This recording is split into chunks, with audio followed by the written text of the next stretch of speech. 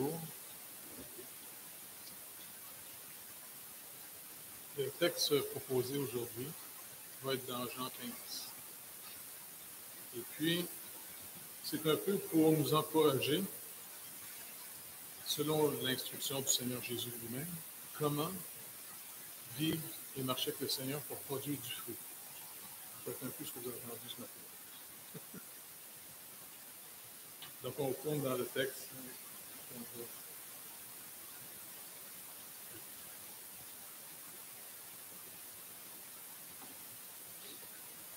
Jésus leur rappelle qu'il est le vrai cep. Et mon Père est le vigneron. Tout sarment qui est en moi et qui ne porte pas de fruit, il le retranche. Et tout sarment qui porte du fruit, il l'émonde, afin qu'il porte encore plus de fruits. Déjà vous êtes purs à cause de la parole que je vous ai annoncée. Demeurez en moi, et je demeurerai en vous. Comme le serment ne peut de lui-même porter du fruit, s'il ne demeure attaché au cep, ainsi vous ne pouvez non plus si vous ne demeurez en moi. Je suis le cep, et vous êtes les sarments.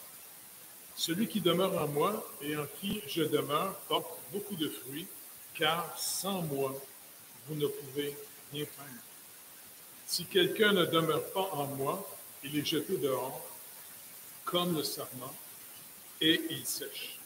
Puis on ramasse les sarments et on les jette au feu et ils brûlent. Et si vous demeurez en moi et que mes paroles demeurent en vous, demandez ce que vous voudrez, et cela vous sera accordé. Si vous portez beaucoup de fruits, c'est ainsi que mon Père sera glorifié et que vous serez mes disciples. Comme le Père m'a aimé, je vous ai aussi aimé. Demeurez dans mon amour. Si vous gardez mes commandements, vous demeurez dans mon amour, et de même que j'ai gardé les commandements de mon Père et que je demeure dans son amour. Je vous ai dit ces choses afin que ma joie soit en vous et que votre joie soit parfaite. Et il finit en disant, c'est ici mon commandement. Aimez-vous les uns les autres, comme je vous ai aimé. Il n'y a pas plus grand amour que de donner sa vie pour ses amis. Vous êtes mes amis, si vous faites ce que je vous commande. Je ne vous appelle plus serviteur, parce que le serviteur ne sait pas ce que fait son maître. Mais je vous ai appelé ami, parce que je vous ai fait connaître tout ce que j'ai appris de mon Père. Ce n'est pas vous qui m'avez choisi, mais moi, je vous ai choisi. Et je vous ai établi, afin que vous alliez, et que vous portiez du fruit, et que votre fruit demeure, afin que ce que vous demanderez au Père en mon nom, il vous le donne. Ce que je vous demande, c'est de vous aimer les uns les autres. Donc, on voit l'apôtre Jean, dans son évangile, tu sais, chaque évangéliste qui a écrit finalement de la gloire du Seigneur, sa vie, mais chacun a, poussé par le Saint-Esprit d'une manière particulière, écrit la vie du Seigneur. Et Jean, particulièrement, il parle énormément de l'amour véritable que Dieu a pour nous et comment Jésus-Christ est venu le manifester. C'est pas que les autres ne le disaient pas, mais Jean le dit encore plus que les autres. Et je pense que c'est important pour nous de savoir qu'on est aimé. Ça, c'est fondamental. Parce que quel est un des grands problèmes que les gens dans le monde non-croyants vivent, d'après vous? Quel est un des grands défis que la plupart des gens vivent? Exactement. Les gens ont peur d'être insignifiants, d'être rien. Et c'est pour ça que dans le monde, il y a l'orgueil de la vie, où les gens veulent devenir quelqu'un parce qu'ils veulent être aimés. Donc, le Seigneur peut nous libérer de cette honte, de ce problème grave, important, parce que en tant qu'être humain, c'est peut-être une des choses les plus importantes dans notre vie, de se savoir aimer. Moi, j'aimerais une petite madame qui m'aime, ça me fait du bien. Et puis, on dit même les enfants qui sont aimés s'épanouissent beaucoup plus facilement qu'un enfant qui est abandonné ou méprisé. Donc, l'amour, c'est quelque chose de fondamental dans notre relation d'abord les uns avec les autres, mais principalement avec Dieu, le Créateur, qui, comme Jean nous le rappelle, nous a tellement aimés. Mais c'est fun d'avoir ce petit mot-là, tellement. Dieu nous a tellement aimés qu'il nous a donné la deuxième personne de la Trinité qui va se faire en être humain pour venir vivre ce qu'on ne peut pas vivre.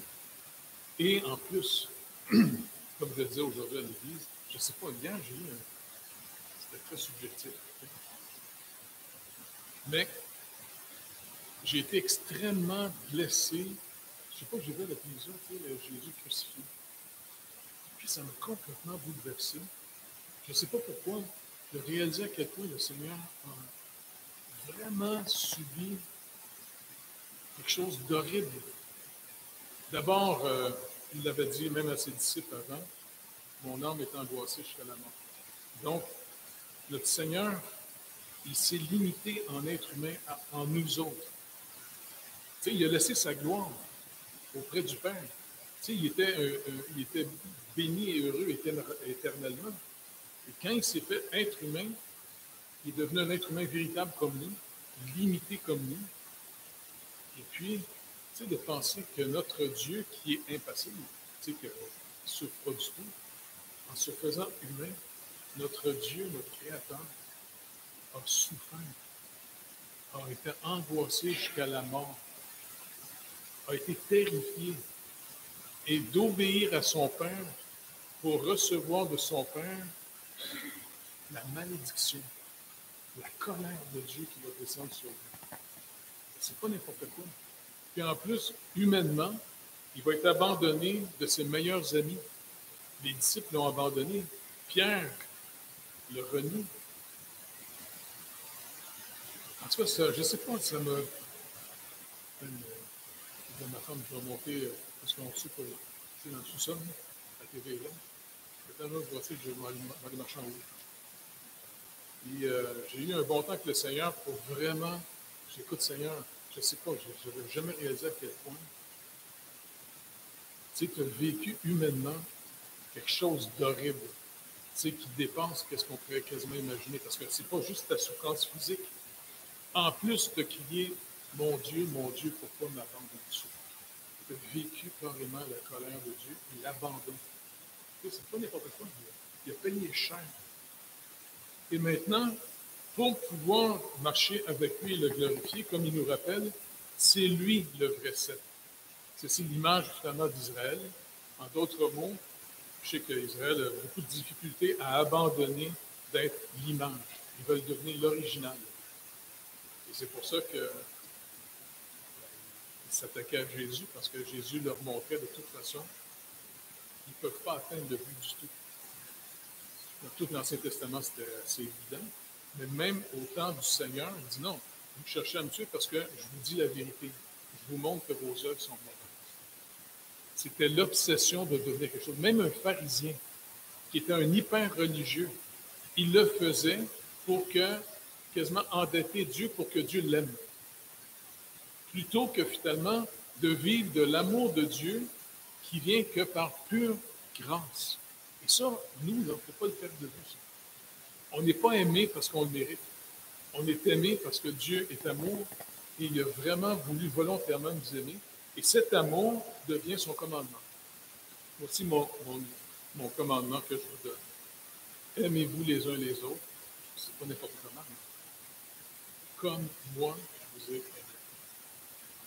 Et puis Jean nous rappelle dans sa première lettre, si le Seigneur s'est donné pour nous, nous aussi, il faut apprendre à se donner pour les autres. Donc, mais pour en arriver là, soyons honnêtes, il va falloir que le Seigneur vienne nous visiter une couple de fois, hein? Parce que ça fait peur par de près. Hein? Mais en même temps, ce qui est vraiment béni, c'est que la foi, je pense qu'on en a déjà parlé ensemble à plusieurs reprises, hein? La foi, c'est pas de se faire à croire, de chasser toutes les doutes. Vous pouvez être rempli de doutes et avoir la foi. car la foi se manifeste simplement par l'obéissance. Et c'est pour ça que Jésus a dit, si vous voulez me suivre, une des règles pour pouvoir suivre le Seigneur, il va falloir apprendre à se renier. C'est plaisant, ça. Parce que finalement, je ne sais pas, il a donné l'exemple, par exemple, Abraham, quand il était rendu vieux, avec sa madame. Tu sais, le Seigneur, finalement, promet que c'était. Non, non, c'était avec ta femme, parce que lui, il avait déjà. Sa femme lui avait donné un coup de main dans les gars. Elle devait se sentir coupable de ne pas y fournir son petit garçon, là, pour dire, ça ne marche pas. Elle dit, gars, regarde, je vais coucher avec ma servante. Une mère, comment on appelle ça, une mère porteuse, je sais pas. Et le pauvre Abraham a fait un gros sacrifice de coucher avec elle, pas sûr. Et puis, quand le Seigneur leur visite plus tard, il dit, non, non, tu vas avoir une postérité. Ben, il dit, OK, bénis Ishmaël. Non, non, non, avec ta femme, Ishmaël. Il n'est plus capable de se faire accroire. C'est ça qui est trippant dans la parole, de voir les échecs des gens pour nous encourager. Tu sais, il est couché à terre, puis il se marie, puis tu ris. Non, non, non. Puis il donne le nom, ben, regarde, on va donner un nom à ton petit garçon, Isaac. Vous savez ce que ça veut dire, Isaac, en hébreu? Le petit comique. On rit. Et puis, quand il revient vers sa femme, je ne sais pas s'il le raconte, mais il y a les trois, tu sais, le Seigneur est au même milieu des trois qui sont visités à Abraham, qui ont dit, l'année prochaine, quand on va revenir, ta femme va avoir un enfant. Elle est dans sa tente, elle se marie, elle est aussi. Tu ris, Sarah? Non, non. Et puis même, elle se dit, attends, mon vieux mari, as-tu encore des désirs? N'oubliez pas, à l'époque, il n'y a pas de le vieux. Et puis, Paul rappelle cet exemple-là, ça c'est encourageant. Sarah et Abraham, malgré le doute qui remplit leur tête au complet, parce que lui, il considère son corps comme, tu sais, plus capable, je ne sais pas, peut-être, je ne veux pas être méchant, mais peut-être la madame et le monsieur étaient plus trop beau. C'était rendu vieux monsieur. Une vieille madame, un vieux monsieur. C'est bon. Mais la foi, c'est pas avoir de doute. C'est ça qui est trippant, la foi. Tu peux être bourré de doutes, mais tu peux vaincre tes doutes simplement en agissant sur l'obéissance. OK, Seigneur, je vais le faire. Et c'est pour ça que le Seigneur nous demande, vous allez vous aimer les uns les autres. C'est facile à entendre, c'est romantique, c'est beau, mais dans la vraie vie, y a-t-il du monde, des fois, que ça vous tente de leur imposer les mains d'en face? Ça arrive, pas vrai? Parce qu'il y a des gens, des fois, qui peuvent être durs. Mais ce qui est intéressant, c'est que en découvrant le Seigneur, comme on l'a chanté, c'est pour ça les paroles de l'Éternel, mais d'autres l'ont mis, rien ne peut nous arriver, absolument rien. Est-ce que vous croyez à la souveraineté de Dieu? Il est souverain. Rien ne peut nous arriver que Dieu n'ait pas permis. Ça, c'est déjà rassurant. Tu sais? Ça arrive n'importe que des gens qui ne sont pas agréables, mais ne sont pas gentils. Ça arrive. Moi, j'en ai eu une couple en chemin. Si vous ne voulez pas avoir trop de problèmes, ne devenez jamais pasteur. Mais, quand le Seigneur permet ces choses-là, eh bien, il dit, bénis ceux qui te persécutent.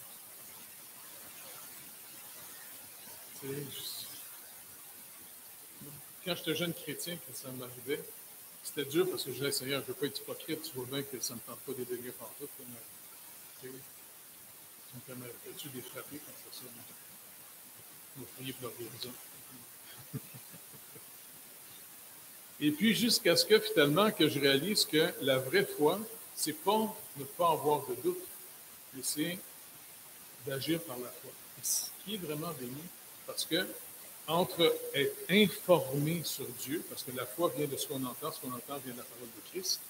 Donc, c'est pour ça que c'est fondamental, en tant qu'Église, en tant que croyant, de s'aider continuellement, surtout quand on est dans une épreuve. On peut en parler avec des frères et sœurs pour dire, écoute, dans mon épreuve, qu'est-ce que le Seigneur attend de moi? Parce que si quelqu'un te fait du tort, ben, quelqu'un va dire, ben, le Seigneur dit, bénis celui qui te persécute, s'il a faim, on va lui donner à manger, c'est ça qu'on lui donne à boire. Okay, mais si on le fait par la foi, simplement par obéissance, si on le fait par la foi, c'est le seul moyen de passer de ce que j'ai entendu, toi tu as les paroles de la vie.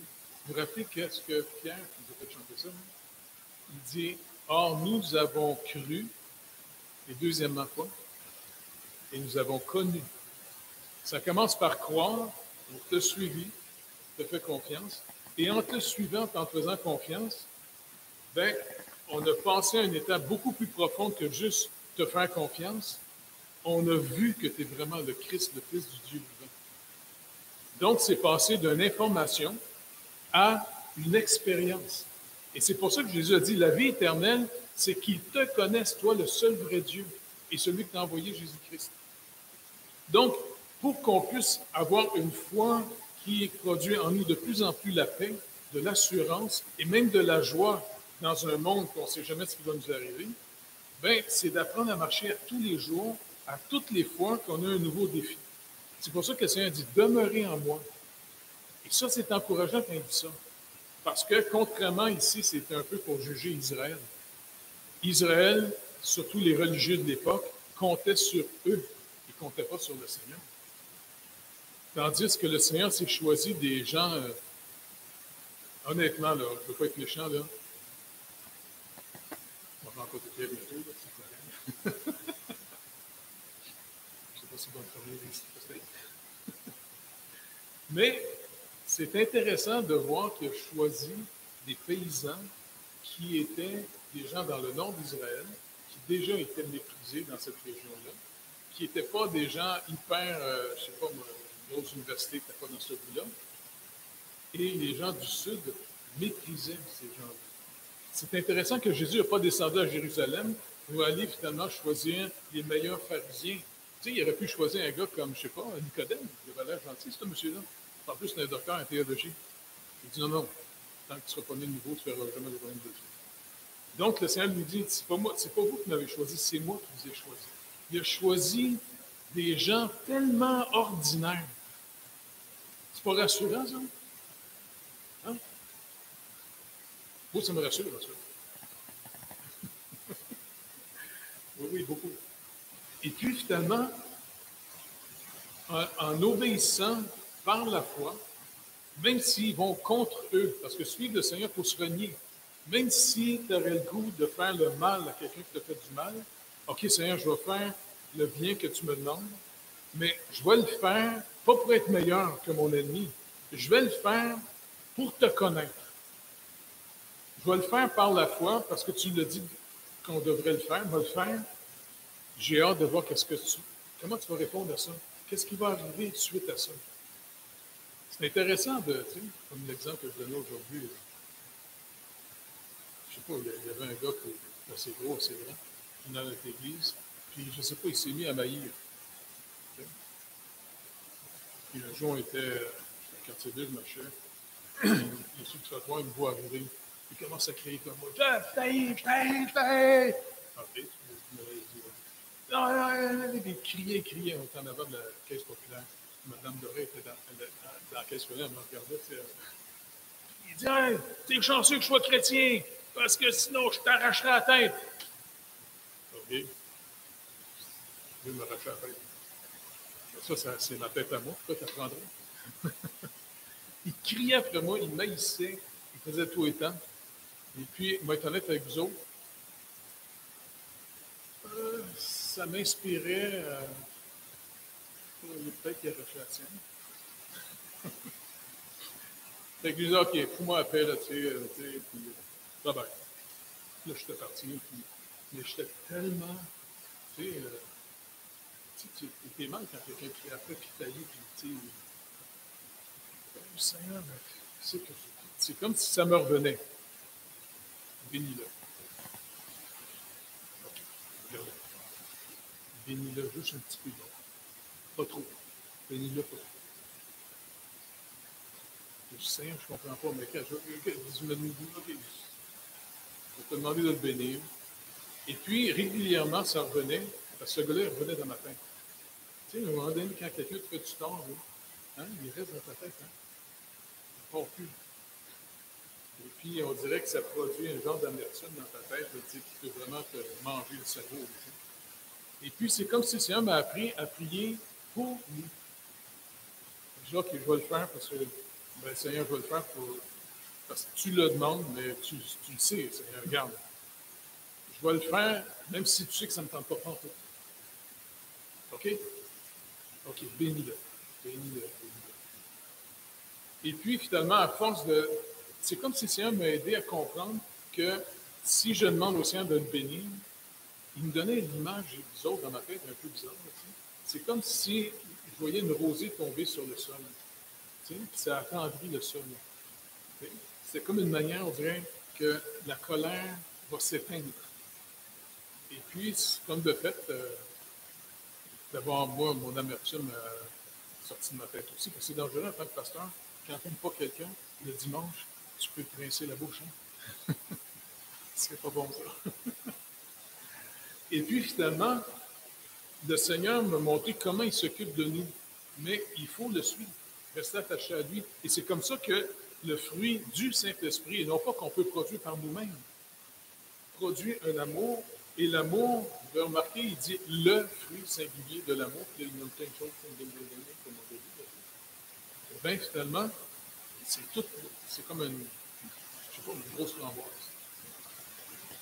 Et puis finalement, ça produit la paix, la joie, la patience, la persévérance, toutes sortes de choses incroyables. Et puis, c'est comme ça qu'on va produire du fruit. Et puis, j'ai l'impression que le Seigneur veut nous apprendre non seulement qu'il paye notre dette, il meurt par imputation de nos péchés, il est ressuscité parce que la dette est payée et il met par imputation sa justice à notre compte, 2 Corinthiens 5, 21. Mais c'est le fondement, c'est un fondement sur lequel il nous appelle à commencer à construire une relation avec lui.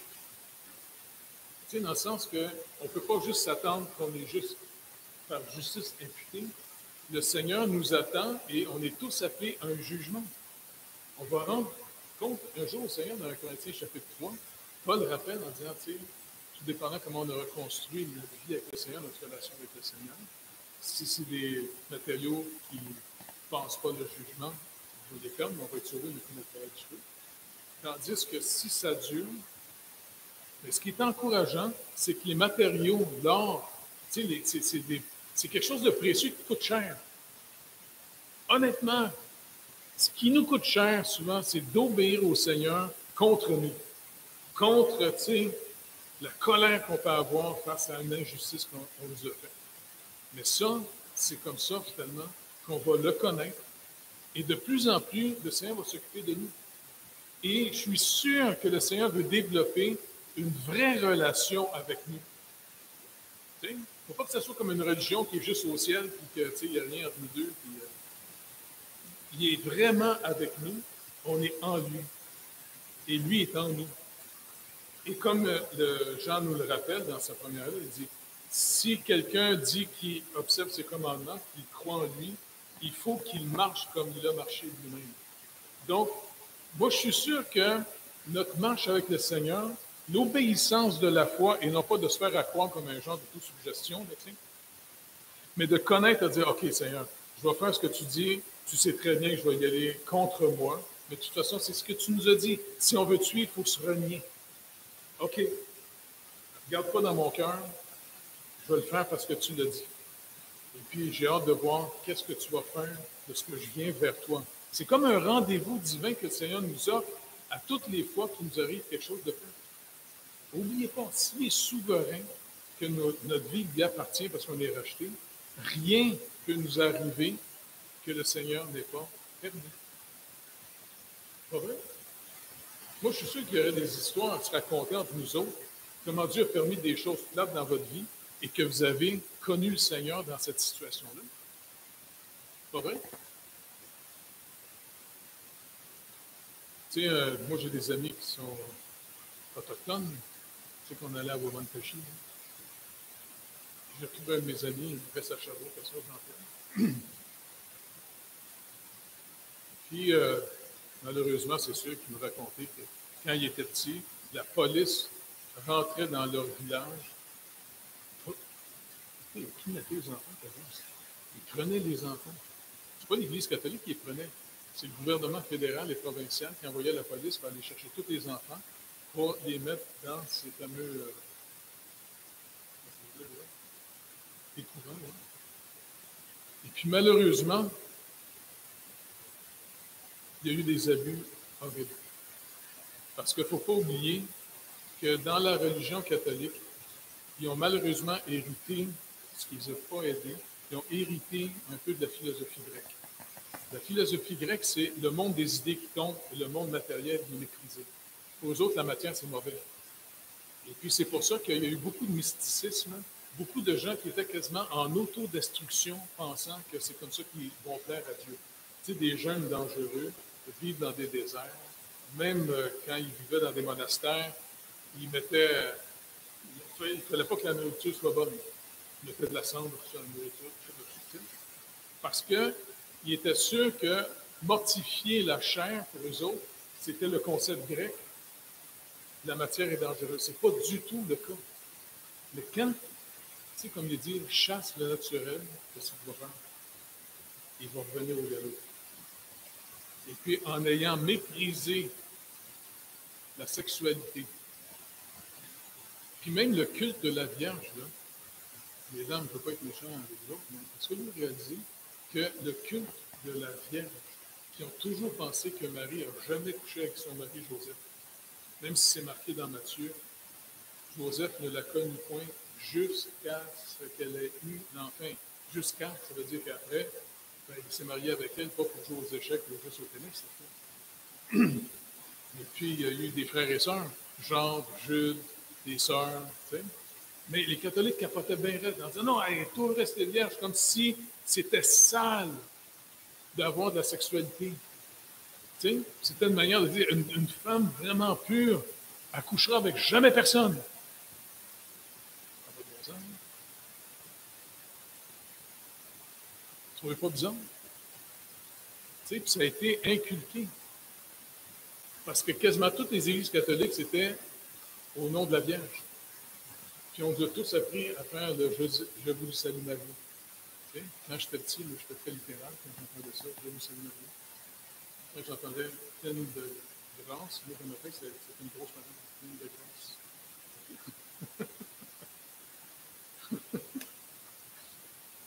Et puis, quand il m'en parlait, c'était une horreur. Ça les a détruits d'une manière incroyable.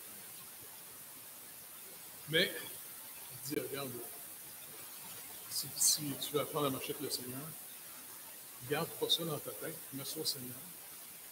Et puis, on va voir comment Dieu va te rebâtir. Il était devenu, c'est très courant, mais quand les gens sont détruits, souvent, ils vont essayer de geler le mal dans leur vie, soit par la drogue, soit l'alcool, soit toutes les situations. Et puis lui, il y avait des gros problèmes d'alcool.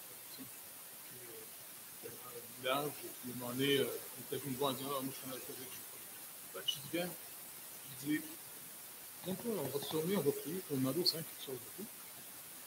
Parce que ce qui est fascinant, c'est quand le Seigneur nous sauve, eh bien, on est l'ouvrage de son Père, créé en Jésus-Christ.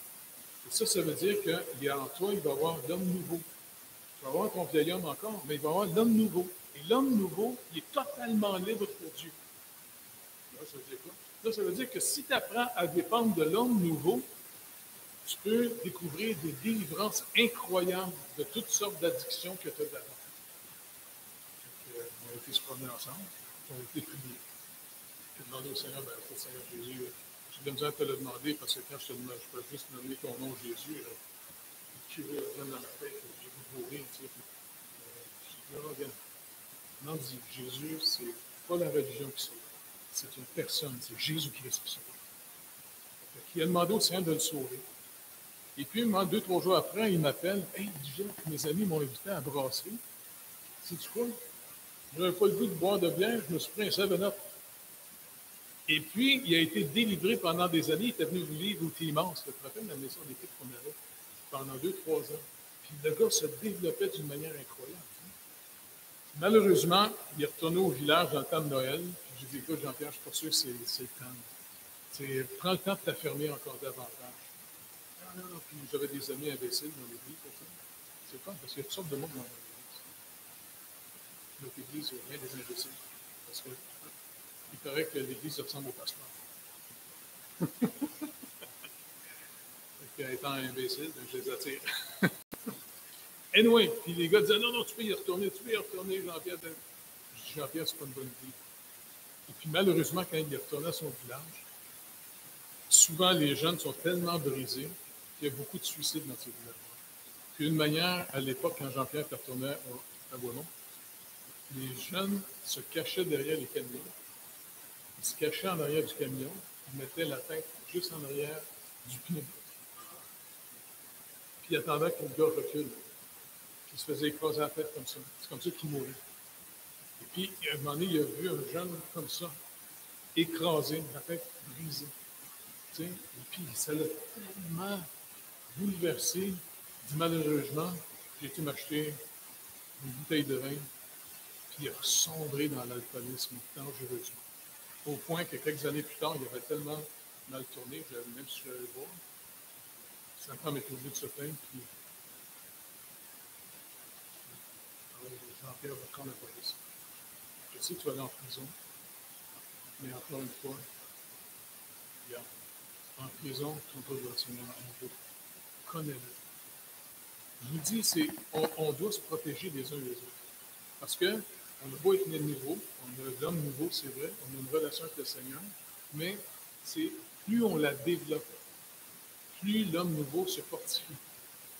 Mais moins on la développe simplement, comme il dit, si on reste attaché à lui. Rester attaché à lui, c'est de, OK, je veux faire ce que tu me dis. Ce n'est pas un mérite, c'est un acte de foi. C'est une manière de dire, OK, je viens vers toi par rapport à ce que tu dis. Viens à mon secours. Parce que le serment par lui-même ne peut pas porter le fruit. C'est le cep qui donne la sève. C'est Christ en nous. Et puis on s'est retrouvés, puis il va beaucoup mieux maintenant. Là, tu sais, on se rend compte. Je suis toujours parti sur la route pour les gens qui ne voient pas ça avec moi à l'église. Parce que tu as fait une église, des choses. Mais pour moi, c'est une obsession. Sortons de message. L'éternité est à un battre dans le cœur de tout le monde. C'est pas n'importe quoi. Quelqu'un meurt en négligeant un si grand salut. Ou comme Paul l'a dit dans Romains, s'ils n'ont jamais entendu, comment ils vont se tourner vers Christ.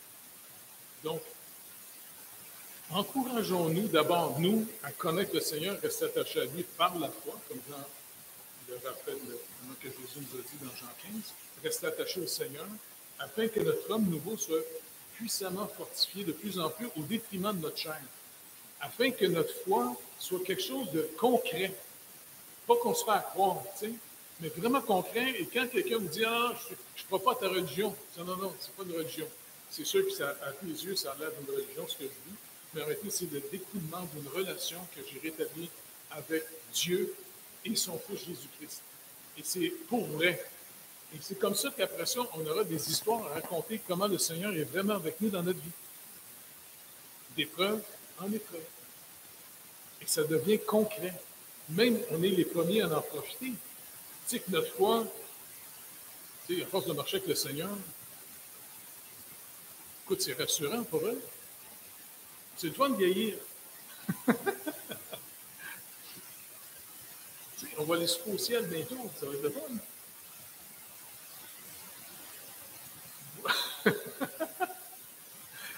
Donc, c'est pour ça qu'on peut s'encourager ensemble. D'abord, il faut connaître sa parole, parce que sans la connaissance de sa parole, on ne sait pas comment faire face à une épreuve.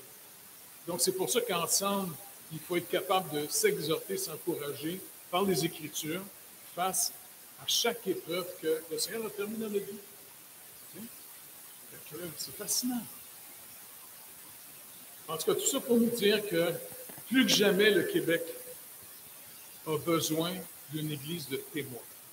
Parce qu'on a une moyenne dette devant nous autres. Avez-vous remarqué que les téléromans s'amusent joyeusement à rappeler toutes les fautes de l'Église catholique? Les téléromans, là, tu sais, puis des informations. Puis dans ça, c'est vrai qu'il y a eu des horreurs. Mais il ne faut pas oublier que moi, je suis sûr que parmi les catholiques, il devait y avoir des vrais croyants, des vrais sauvés, qui ont bâti des hôpitaux, qui ont bâti justement des écoles. Et moi, je suis sûr qu'il y en avait des vrais, mais le malin va aller chercher les pourris pour les mettre de l'avant, parce que son but, c'est de salir le nom du Seigneur. C'est pour ça qu'entre nous, il faut se protéger de ne pas salir le nom du Seigneur, mais de prier tous les jours, de marcher, comme le Seigneur nous a appris, sanctifie ton nom. Le nom du Seigneur doit être sanctifié plus que jamais au Québec. Et puis, Seigneur, rappelle-toi, tes ennemis se réjouissent de traîner le nom de ton Fils Jésus-Christ dans la boue sans arrêt. Et donc, c'est pour ça qu'ensemble, on peut s'encourager à marcher avec le Seigneur, d'épreuve en épreuve. Et il va pourvoir. C'est ça qui est fascinant. Et c'est comme ça qu'on va pouvoir parler comme des témoins, pas juste des gens qui lisent des livres. C'est bien lire des livres, mais il faut mêler la foi à un moment donné pour que ça devienne une réalité. Donc, c'était un peu le but du message, tu sais. Et son commandement, c'est de s'aimer les uns les autres comme lui nous a aimés. Et honnêtement, sans Christ en nous, oubliez ça, moi, je ne serais pas capable. C'est facile d'haïr. Hein? Tu sais, quand quelqu'un te fait du tort, tu sais, on a tout un petit jus dans notre tête, là, qui tape, là. Et puis, c'est des vraies fautes. Mais en même temps, OK, Seigneur, tu m'as aimé. Si tu m'as aimé et que tu m'as fait connaître ton nom, c'est pas parce que je suis meilleur que les autres. C'est une pure grâce que tu as déchiré le voile, que tu m'as arraché des ténèbres pour que maintenant j'apprenne à marcher dans ta lumière. Donc, rappelle-moi tous les jours que l'amour que tu as pour nous, c'est un amour de grâce. Ce n'est pas un amour qu'on mérite, mais on veut te répondre et te manifester notre reconnaissance pour qu'on puisse croître et puis d'être de plus en plus mature dans la foi, qui est la manifestation de la présence de Dieu, de Christ dans notre vie. Il nous aime. Il nous aime véritablement comme un père aime ses enfants. Il s'en occupe. Et, comme l'Épître aux Hébreux nous rappelle, non seulement il s'occupe de nous, il faut voir nos besoins, mais en plus, il veut surtout nous instruire, nous enseigner comment on marche avec lui. Parce que c'est pas toujours évident. On a comme deux sources en nous, la chair et l'esprit. Et comme on l'a dit, entre la chair et l'esprit, il y a deux c'est-à-dire désirs différents. Et que notre homme nouveau, nourri par le Saint-Esprit, peut se produire des désirs plus forts de vouloir marcher avec le Seigneur que la chair qui veut nous ramener dans le monde et de se divertir comme le monde, se donne l'impression de vivre quelque chose par toutes sortes de choses qui mènent à rien. Parce que les gens, tant qu'ils ne sont pas vivants, tout le divertissement, là, c'est des gens qui veulent se donner l'impression qu'ils vivent quelque chose. Mais en Christ, on vit. On est fait pour la vie. C'est pour ça que les gens, ça a été dur de la pandémie, tu sais, de juste rester chez soi. Là. Il y en a qui ont capoté d'un rêve. Parce qu'il n'y avait plus de divertissement, il n'y avait plus de sortie, il n'y avait plus de vie. Tu avais l'impression que tu ne vivais plus. Que tu vivais pareil. Hein? Et c'est pour ça que vraiment on peut demander au Seigneur, apprends-nous à marcher avec toi. De toute façon, rien ne peut m'arriver que tu n'aies pas permis. OK. Bon, ben apprends-moi maintenant comment tu veux que je marche vers toi par la foi. C'est pas que je marche pour être meilleur que les autres. Je vais marcher par la foi vers toi parce que je veux que tu me prennes dans tes bras. Je veux que tu me prennes. Un père prend son enfant. Je veux vraiment qu'encore une fois, tu me montres que tu m'aimes. Rassure-moi. Parce que bientôt, quand ça va être le temps de mourir, on n'est pas habitué à ça, hein? Ben, moi, je veux que ce soit une belle journée. Tu sais, parce que je me dis, bon, ce soir, je souffre pour le ciel. Tu sais, je vais voir le Seigneur Jésus lui-même. En plus, je vais voir tous les chums de bas. Tu sais, même mes amis qui sont rendus là en ce moment. J'ai hâte de voir Pierre, David, Abraham, toute la gang. Tu sais. Ça va être le fun de les voir. Hein? Noé, Abraham qui n'a pas de nombril, avec une petite cicatrice sur le côté. Adam, ça se dit oui, excusez-moi. En tout cas, on s'en va tout là, ça va être plus tard. Fait que Seigneur, en finissant, on peut juste te demander, continue à nous garder avec toi, afin que, Seigneur Dieu, c'est toi qui nous portes, c'est ta vie qui est la sève, qui va nous donner, Seigneur Dieu, par ton esprit, l'autre consolateur que tu nous as envoyé. Eh bien, Seigneur Dieu, qu'on va apprendre à marcher avec toi. Et on n'a pas besoin de ne pas avoir de doute. On a simplement besoin d'obéir par la foi. Et rencontre-nous pour que, Seigneur Dieu, comme Pierre l'a dit, on a cru, d'abord ils ont cru, ils ont marché avec toi, ils ont obéi, et en marchant avec toi, ils ont connu, c'est plus que juste l'information, ils ont vécu avec toi que tu es véritablement le Christ, le Fils du Dieu vivant. Et ça, ils ont été capables de vivre une vie après, jusqu'à la mort, pour toi. Parce que ce n'était pas juste une croyance, c'était une réalité. Merci de continuer à nous bénir afin qu'on puisse être, encore une fois, une source de joie pour le Québec. Merci d'avance, Père, au nom de Jésus. Amen.